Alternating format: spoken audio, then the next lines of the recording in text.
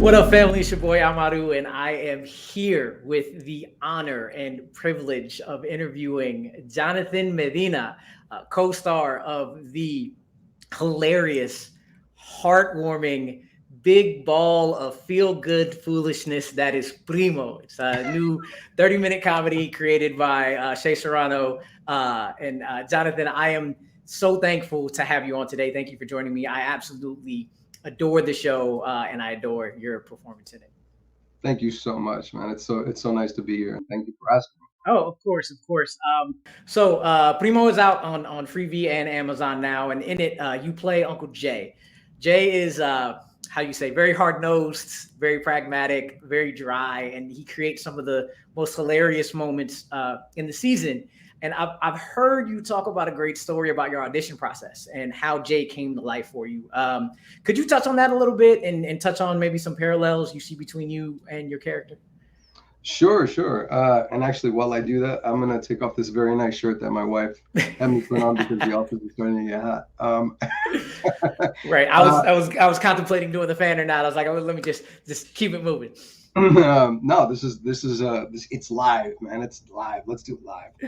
I had gotten so my wife and I are both actors, and we had both gotten auditions for different projects. Mine for Primo. I should at this point know what it was for her, but I don't remember. And I just know that we both shot our respective auditions the same day, and I edited hers and sent it off for her because it was due the very next morning. And mine, I think there was a day between when I had to send it in and when I got up the next morning. I usually get up in the morning early. I made myself a cup of coffee and sat in the office, deleted her files, and deleted my audition in the process. And Oh, it was I was not happy about it. Let me just put it that way.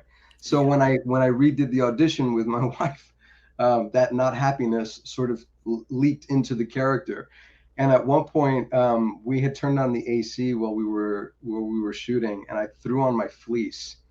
Not even like the foreshadowing is amazing, right? That this character started to get created and pieced together in the course of this audition because of my angst and anger around just a mistake. But this is, I think it's a really great lesson too, that you know sometimes a mistake can really help you. If you're really honest and you really lean into the choices that you're making because of what's happening, if you're really paying attention to what's in front of you, you can sort of encapsulate everything that's happening into this one moment, right? And let it drive you forward, which it did for me. And then in the callback in the test, the character ended up going further and further into that place of deadpan and what did you say? Hard nosed. Hard nosed, pragmatic. Yeah, he became that character in the course of my actually getting the role, which was great. A little inside baseball for you is in the when I went into the test, we did the test. My test was over Zoom.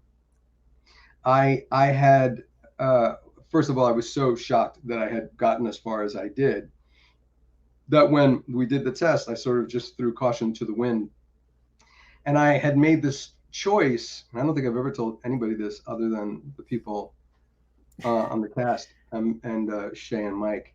But I had made this choice that Uncle Jay was a low key Selena and Gloria Stefan fan. And so I started listening to Gloria Stefan right before the test. And when we got onto the Zoom, I told Shay, and Shay said, in real life, the real Uncle Jay listens to Gloria Stefan. He loves Gloria Stefan. And Oh, which song was it? Which song? We got to know the song. Christmas Through Your Eyes. Lovely. It was Christmas Through Your Eyes, which has a very deep meaning for me. Um, anyway, so that was the process of becoming on. So by the time I got to set on my very first day of shooting, I had the character already fully fleshed out, and I was just figuring out how to live inside him. Nice, nice. You spoke about the real Uncle Jay, and we know Primo was is based off the life of journalist Shay Serrano. So, what was it like working with Shay, and what was it like playing the real life person when you got that person's family member there in the room with you? Well, we weren't privy to the real uncles. We didn't Hmm. we actually didn't come in contact with them until way after. I think actually at some point in the middle of filming, I think we started to see pictures of them, and we got a little bit more about them. Uh, and as you say, it's based off of his life, but it's not a direct representation of it. Right. So a lot of the characterizations that we all created were choices that were made in the process of the auditions, or some discovery that we all made in the process of filming the first couple of episodes, and in the figuring of all of that out, the family was born. But it wasn't a direct representation, because Shay wanted us to come up with our own personalities. He wanted us Right. to have a very distinctive character for each of the family members, and that's what ended up happening. So I've seen pictures now. So Mhm. since the release, Shay has shown pictures of the real life person and the person that's playing them, and there are a lot of similarities, which is kind of crazy. But ultimately, we are very different than the real life people that we play. Right. I really enjoyed how you said it, how distinctive each of the uncles are on the show. And there's a really creative line that I picked up on when I was watching that describes the five uncles very accurately, calling them a swarm of bees. When y'all are yelling over each other, it's like the best kind of chaotic humor. Yeah. What were those scenes like? Were they purely scripted, improv on the fly? How hard was it to like not break character on those? It was extremely hard, and I was the best one of the group at not breaking, and people will tell you that. And I only did that by staying within the framework of Jay and really trying to be there for everybody else. But it was incredibly hard, because everybody is just so funny on that show, and the scenes were magic. They were amazing, because you had all of these wonderful people, all of these wonderful characters, and we were there for each other. Nobody was trying to steal the spotlight from someone else. It was all about collaboration, even the writers. And I think this is a really good point to say that Shay had an incredible team of writers behind him. Lisa Muniz Bryant, Peter Murrieta, Sylvia, Alex, Jason. I want to give a shout out to all the writers, and I'm not going to get them all, Right. but there are a lot of you, Roxanne. There's just so many incredible, wonderful, talented, sensitive, funny people that helped Shay really color in the lines. And the group scenes, I think, were the some of the best representations of that, because you get to see just how well we all worked together, and it was a blast to do. You can. I'm when I was watching it, like I had mentioned, like I felt like part of the family that exudes out on the screen. I really love that about a show about the show. And another thing I really loved is it's emphatically Latinx. It's particularly Mexican, but not in that stereotypical way that Mexicans have been historically represented. So, what else about the production allowed for that like authenticity to be so prominent and so felt throughout each episode?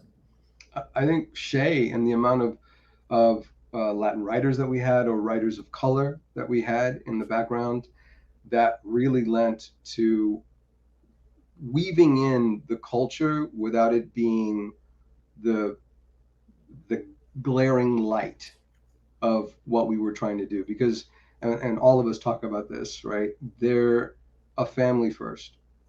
They happen to be Latin, but they're a family first, and that was also a driving idea that was Shay. It was all Shay, because that's what he wanted. He wanted people to be able to see that this is a family first and foremost. It's one of the reasons that a lot of the choices that we made in the show, you see certain things come up. The family dynamics could be anybody, right? I've had people from who are white from the Midwest come to me and tell me that they can identify with some of the characters. I've had people from the Middle East come and tell me that they can identify with some of the characters. There's just so much more that unites us than divides us. And I think Right. this show, and the reason it's become so popular, I think this show really exemplifies that more than anything I've seen in a long, long time. For sure. Shay tweeted out once that he described the target audience as anyone with a mom, a dad, or uncles, or aunts, or cousins, or friends, or anybody who's ever seen a human ever. So I love that.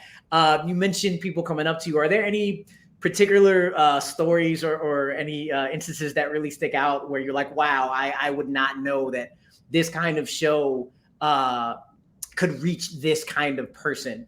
We only wished for that. Yeah, just the amount of people that have responded both online and in real life. Like I said, there there has literally been a spectrum of people from every race, color, creed you can imagine, who have come up to me in some way, shape, or form and told me how much the show has moved them, how much it's made them laugh, how much identification there is in their own life. And again, I think it just means that we accomplished what we set out to do, what Shay set out to do, and what we were all lucky enough to be able to work with him in doing. And that to me is one of the best rewards, because as an actor, that's what you hope for. You want to be able to reach at least one person, to affect at least one person with your work and with a story. And this has done that a million times over, which I have to tell you, it's moving for me. It's phenomenal. I'm so glad for that success and that reach because the show is absolutely amazing. So with Jay, two of my favorite episodes where you really shine to bring out Jay's personality deal with Jay on a roof and deal with Jay in a bank. And both of those episodes were directed by Brooklyn Nine-Nine star Melissa Fumero. So, what was it like being directed by someone who's been in those shoes, been on a 30-minute ensemble comedy? People throw the term around all the time, right? An actor's director, and I think that means something different for everybody. That phrase is as subjective as anything can be, from an artist perspective, and certainly from an acting perspective. In Melissa's case, because she has experience with Mike Shure material, because she's been involved in Mike Shure projects, because she is a wonderful actor and comedian herself. There's a sensibility that she has that allowed us certain freedoms and a shorthand when we were doing the scenes.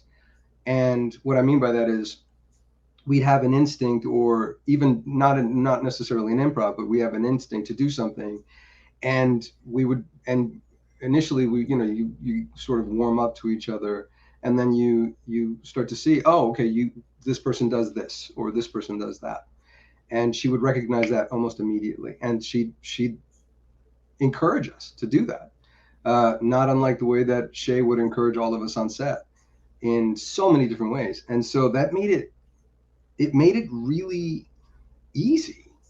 For me, my experience with her was an ease, a quickness, a deftness, lightness of touch, and then times where she would just let us go full on.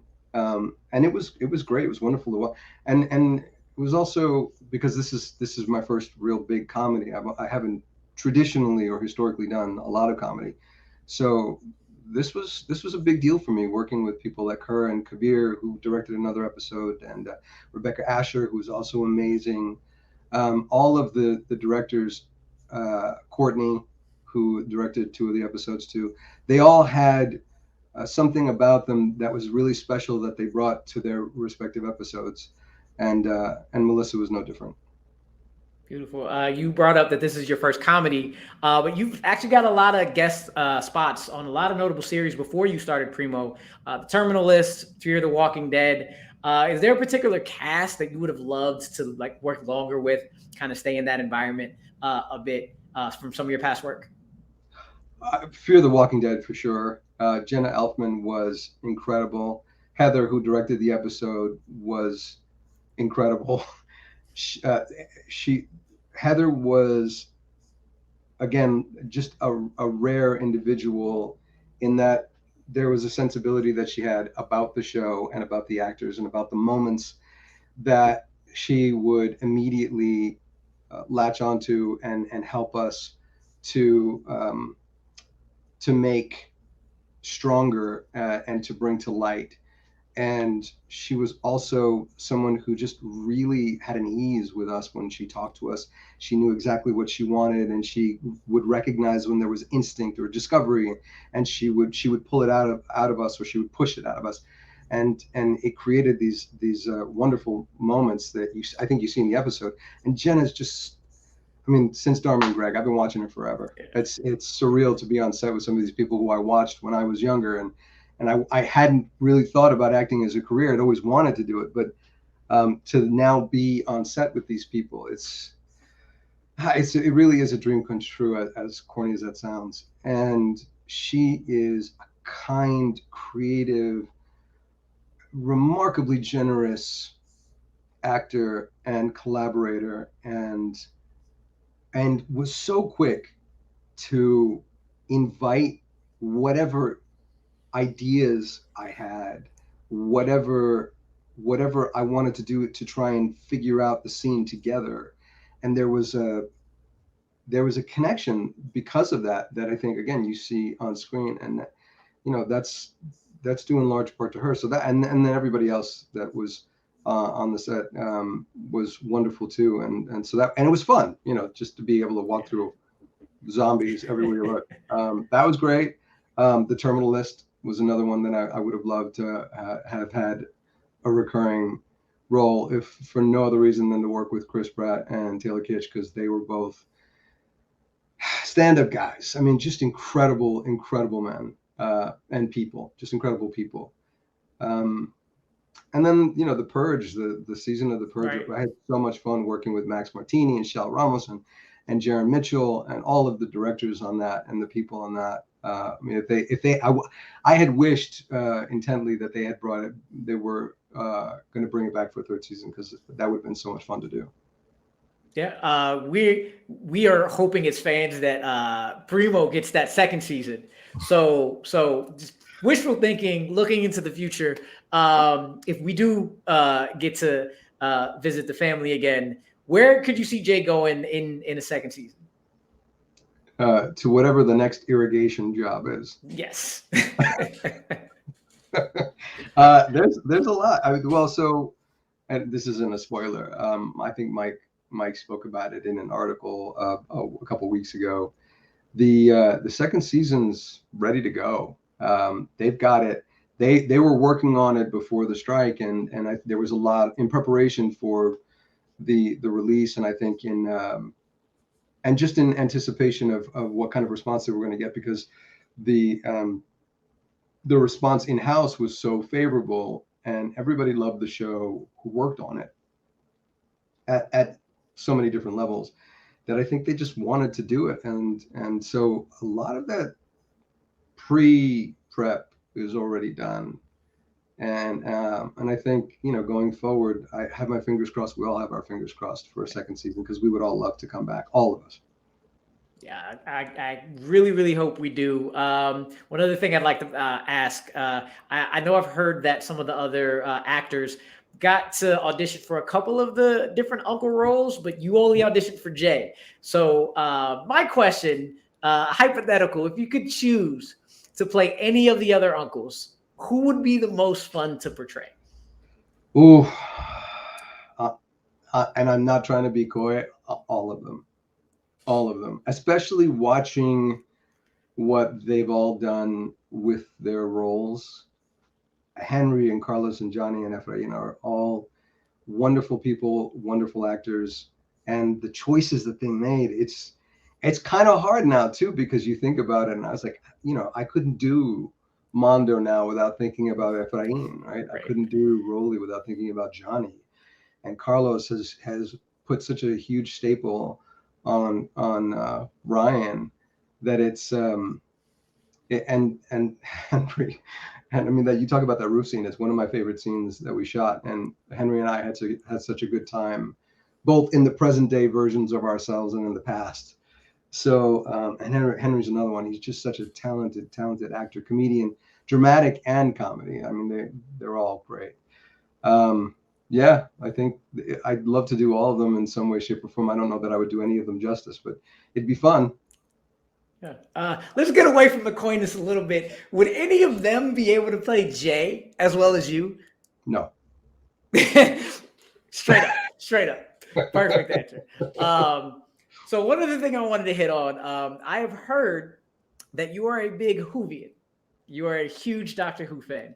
I am. So I have two questions for you. One, pretty simple, straightforward. Just tell the people who your favorite Doctor is. Christopher Eccleston. That's gonna right. piss off a lot of people. David Tennant is a close second, and I know everybody loves David Tennant, but man, we wouldn't have the Whoverse, I think, if Chris didn't bring the kind of power and humanity that he brought to that role. He was wonderful in it, and he will forever remain my my number one. Was he your introduction into Doctor Who for modern, or were you able to see anything before that? No. So Tom Baker, McCoy they were greats. Like I had seen old versions of the show, or the older episodes, but yeah, there was just something about, after McGann, and that's, I think it was like a 10-year span, coming back to the show, reintroducing it to the world. I mean, not just to the BBC, but essentially to the world. It was a big job. Those are big shoes to fill, and he did it almost effortlessly. It was, him and Rose. It was a great combination. They were both wonderful, wonderful actors, and yeah, they hooked me. I mean, all the way till now. I even got my wife into it, and Nice. and she loves David Tennant and Matt Smith, I think, probably equally well, but she appreciates why Christopher is my favorite. All right. So I do have one other question. It's another hypothetical. So on Bitesize Breakdown, I have a show called One Gotta Stay. And what I Okay. do is I give you four options. And usually, like on the internet, you see these memes. Out of these four things, pick one that's got to go. And I like to flip it on its head. And I like to say one gotta stay because it's so much harder. And maybe you could bring this back to your wife. Maybe have a little bit of arguments a little later. But aside from Christopher Eccleston, because I know that's going to be your answer, between Peter Capaldi, David Tennant, Matt Smith, and Jodie Whittaker, if you could save one doctor and the others are gone forever, who would you save? What are the doctors again? So Capaldi, Whittaker, Tennant, and Smith. The right answer is Tennant, but Whittaker. Ooh. So I'm gonna be honest with you. I'm a huge geek, but Doctor Who is one of the blind spots I have. So I had to reach out to my brother to say, hey, I'm about to ask this question. Like, make sure I'm asking the right people. And Whittaker was not one on the list. So that's pretty exciting. Why Whittaker? Why Whittaker over Tennant, who my brother did say without Blink, if you say anything other than Tennant and getting rid of Blink episode, that's not the thing. Why Wait a minute. Hold on. Are you talking about getting rid of the episodes? So that's what I love about my show. It's however you want to interpret it, but everything about it's gone. So if it's a different answer about their episodes also being gone. See, these are the faces I love. This is why I do the show. You can pick two answers. One about the doctor, but then one about their episodes would be gone forever if that's a little different. Oh my God. Well, and I think I was talking about this not too long ago with Raymond from Countdown City Geekcast. Peter Capaldi was in the fires of Pompeii when Catherine Tate and David Tennant reach. He takes her to Pompeii right before the volcano explodes. Capaldi was a guest star in that episode, right? So if you get rid of that episode, there is no Capaldi. So there's a whole timey-wimey, wibbly-wobbly, timey-wimey thing that happens there, right? Yes. You can't get rid of Tennant then. If the episodes are attached, then I got to keep Tennant's got to stay. All right. And without the episodes, if you're just thinking about the doctors, why do you have Whittaker over everybody else? She had the best of so many of the doctors, old and new, that she was able to bring forth, and there was, in a way that was vastly different, not just because she was, because she was a woman, but because of who she is as an actor. And it was fresh and inviting. There was the difference between her and Christopher is like Christopher had this weight from what he had done. And if you don't know anything, I don't know how much you know about the Doctor's history, right? But so like a little bit for me. Okay, so I don't want to ruin it for you, but from what he had done, and I'll just leave it at that, the weight of that he brings into his performance is so palpable and influences so much of what he does, right? That by the time it gets to Jodie, it almost feels like she's reconciled it, but it's part of her genetic makeup. And so she has a lot of that strength of Christopher. She has the playfulness of David and Matt. She has the wisdom of Peter, right? Sometimes she has like this viewpoint or perspective from some of the old doctors, like Baker. And there's so much, and I don't know how she was able to do it. Like I've only gone through her episodes once. I have to go back through all of her tenure as the Doctor, because I want to go back through as an actor now and study what she did, because it was so effortless what she was able to do in that role, and in such a different way, and encompassing so much of what the Doctor represents in his history. It's just it's stunning. She again, big shoes to fill. A lot of people were sort of questioning, whether she was going to be able to do that, and she did it in spades, and in a way that it's going to be hard to come back from. You have thoroughly convinced me, sir, that is a geek gap that I have to fill very, very soon. So I appreciate it. Before I let you go, I do know that you do have a certain Marvel voice role coming up very, very soon. Any teases, any at all that we can get? It's coming out next year. There we go. I don't know if there's like a sniper back there in your window, you're getting recorded or whatever, but any little bit is I'm very grateful for. They will find me, and I won't be able to do any more voices ever. Yeah, let's not do that. We need Primo season 2, and we need Jay Scal and all of that.